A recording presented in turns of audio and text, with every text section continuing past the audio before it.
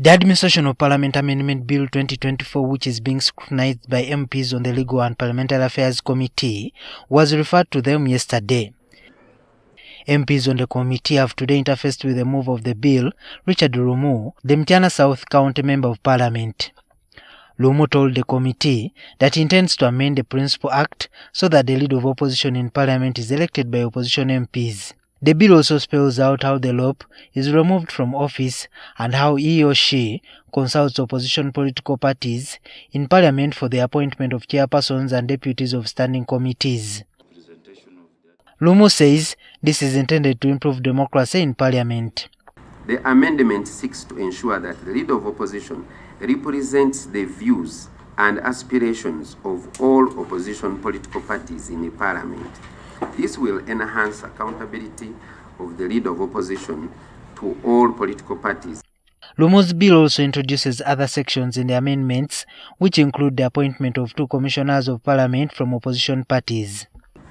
To provide for 2 backbench commissioners elected from amongst members of the opposition parties in Parliament, and clarity that the 2 shall not belong to the same party.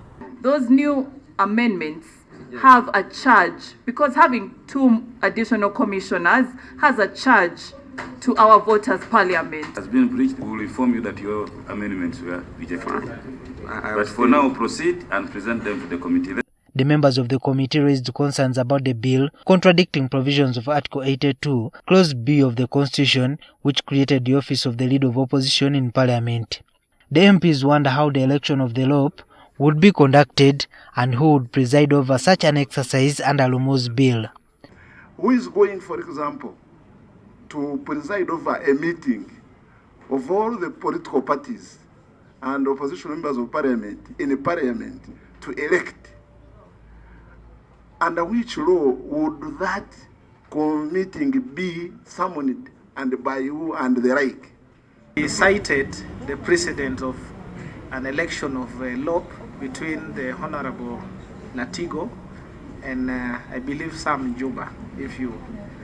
Could you clarify to us where this election took place? Was it here in Parliament, and who presided over that election at that time? Others say, since the Constitution created multi-party democracy in Uganda, any law that contravenes Constitution provisions on such a political system will kill multi-party politics.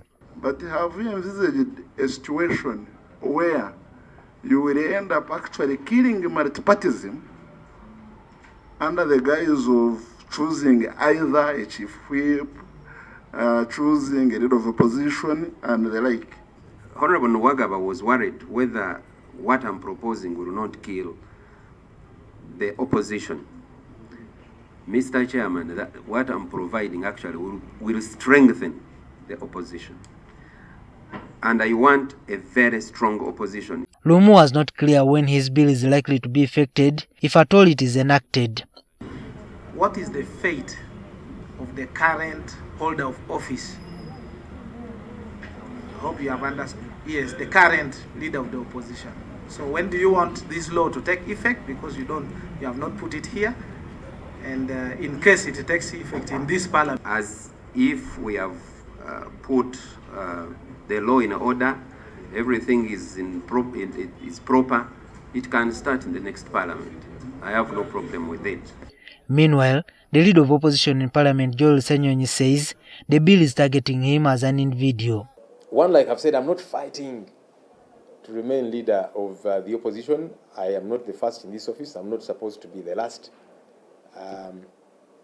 in this office. But as we keep saying, ours will keep awakening Ugandans.